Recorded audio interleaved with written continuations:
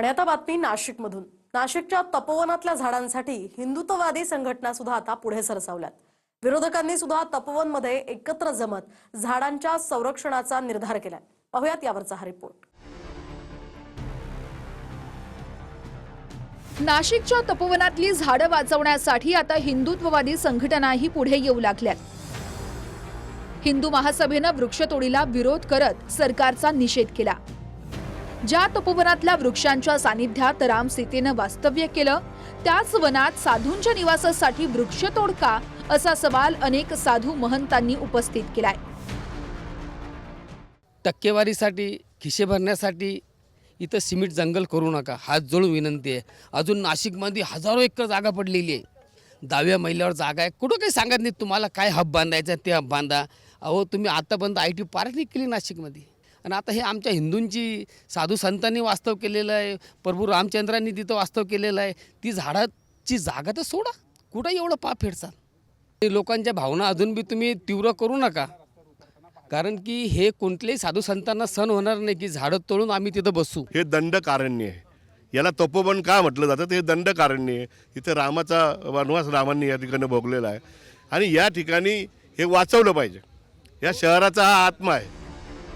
विरोधकांनीही सरकारच्या वृक्ष कत्तलीचा निषेध करत कोणत्याही परिस्थितीमध्ये तपोवनातली झाडं वाचवण्याचा निर्धार केलाय। 2026ला नाशिकमध्ये कुंभमेळा होतोय, त्यावेळी साधूंच्या तात्पुरत्या निवासासाठी ऐतिहासिक तपोवनात शेकडो झाडांची कत्तल होणार आहे। यावर आम्ही मोठे वृक्ष नव्हे तर 10 वर्षांखालची झाडं तोडू आणि एकाच्या मोबदल्यात 15 झाडं लावू, असं सरकार म्हणतंय। मात्र इतर असंख्य जागा असताना 1800 झाडांवर मार्किंग का केलंय? शेकडो झाडं तोडण्याचा अट्टहास का, असा सवाल नाशिककर विचारू लागलेत। प्रभुजी वेलकम वेलकम टू तपोवन। प्रभुजी तपोवन कहाँ है? यही तो है, प्राइम स्पिरिचुअल कमर्शियल प्रॉपर्टी। और वृक्ष कट गए, किसने काटे? सिस्टम ने प्रभुजी। सिस्टम कभी गलत होता है क्या? आओ तुमको दिखाता हूँ। पर तुम्हें पता है तपोवन का अर्थ वन होता है। तो वन है ना, ये फेज 1 है, फेज 1 फेज 2 फेज 3 बहुत है। चलो चलो। मुळात म्हणजे ही वृक्षतोड साधूग्रामसाठी नव्हे तर गव्हर्नमेंटच्या माईस डेव्हलपमेंट प्रोग्रामसाठी ही वृक्षतोड करण्यात येते, आणि याच्या संदर्भात अधिकृत टेंडर ही 14 नोव्हेंबर रोजीच निघाले होतं। तुला जे कोणी तुमच्याशी मतं मागायला येतील त्या मतं मागणाऱ्यांना विचारा की तुम्ही हे झाड तोडण्यापासून वाचवण्यासाठी काय केलं। आम्ही सगळे नाशिककर या अधिकाऱ्यांचा कान पिळून त्यांना आठवण करून देतो की नाशिकला होत असणाऱ्या कुंभमेळा हा हरित कुंभ म्हणून जाहीर झालेला आहे। या शहरावर काही बिल्डर आणि काही राजकीय लोकांचा डोळा आलाय, आणि त्यांना हे असं शहर नकोय म्हणून अनेक ठिकाणी झाडं तोड, रस्ते फोड असे प्रकार चालू आहे। लवकरच हे शहर जर यांच्या कचाट्यातून सोडलं नाही तर या शहराचं पण काही खरं नाही। पण तपोवन म्हणजे तपासाठी आवश्यक असणारं वन हे वाचवलं गेलं पाहिजे, ते वाढलं पाहिजे, तर तोच माझ्या मते सगळ्या साधू महंतांचा सन्मान असणार आहे।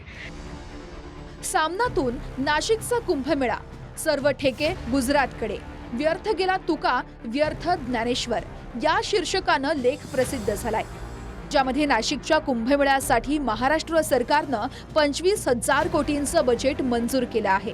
प्रयागराज कुंभमेळ्याचं बजेट 20,000 कोटी होतं। रस्ते, स्वच्छता, नदीतल्या बोटी, सुरक्षा, साधूंची व्यवस्था, श्रद्धाळूची व्यवस्था यावर हा खर्च होतो। प्रयागराजमधील या सर्व कामांचे ठेके गुजरातच्या लोकांना मिळाले।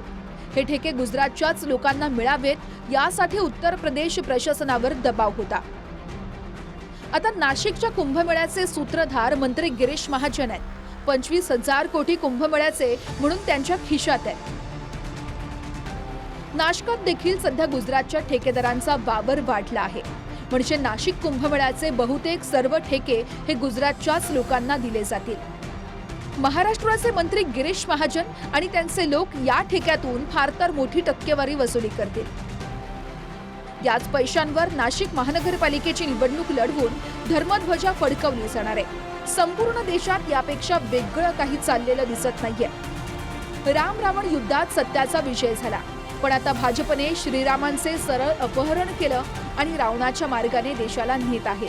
धर्मध्वज वगैरे ढोंग आहे, अशी टीका सामनातून केली गेली आहे। पण झाडांची बाजू मरेपर्यंत घेणार. असं नाही कुठलंही झाड तुटता कामा नये, झाड तुटू देणार नाही. हा आपल्या परंपरेनं शिकवलेला माझे आईवडील काय असतील आणि झाड आईवडील काय असेल सेम आहे.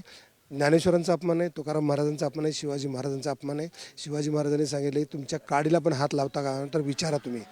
आणि इथे तर तुम्ही डायरेक्ट असे कोणा करता यम आहे का तुम्ही? शासन म्हणजे काही यम आहे काय उठणाऱ्या लोकांना या झाडांना तोडणार? नाशिकचं तुम्हाला दिल्ली करायचं आहे का? दिल्लीतले लोक नाशिकमध्ये राहायला आलेले आहेत.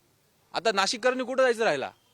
अहो हा तपोवन म्हणजे हा श्वास आहे, फुफ्फुस आहे, हे सांगायला देखील आम्हाला आंदोलन करावं लागतंय. दुर्दैव आहे. एकीकडे सामान्य नाशिककर झाडं वाचवण्यासाठी आवाज उठवतायत, मात्र नाशिककरांनी निवडून दिलेल्या शहरातल्या आमदार खासदारांनी या सगळ्यावरती कमालीचं मौन धारण केलंय. ज्येष्ठ सामाजिक कार्यकर्ते आणि राळेगणला पर्यावरणाचा ध्यास लावणारे अण्णा हजारे यांच्याशी वारंवार संपर्क करूनही त्यांनी प्रतिक्रिया दिलेली नाहीये. काही अपवाद वगळले तर अभिनेते सयाजी शिंदेंसोबत इतर मराठी कलाकार पुढे आलेले नाहीयेत. मात्र नाशिककर या झाडांसाठी एकवटू लागलेत.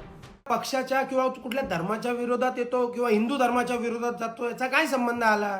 मी ज्या शहरात राहतो, जिथे मी वाढलो, त्या ठिकाणी मोठ्या प्रमाणात वृक्षतोड होणार आहे आणि त्याचा परिणाम येणाऱ्या माझ्यावर किंवा येणाऱ्या माझ्या पिढीवर होणार आहे आणि त्याच्या विरोधात जर मी बोलतोय तर मी चुकीचा कसं होऊ शकतो? झाडं तोडून निसर्गाची हानी करून कुंभ करून आम्हाला काही साधू संतांना आनंद मिळणार नाहीये. तर मला असं वाटतं की प्रशासनानं झाडं न तोडता काय व्यवस्था साधू संतांसाठी करता येईल, कुंभमेळ्याची सुव्यवस्था कशी करता येईल त्या पद्धतीनं करावी. चंदन पूजाधिकारी, TV9 मराठी, तपोवन, नाशिक.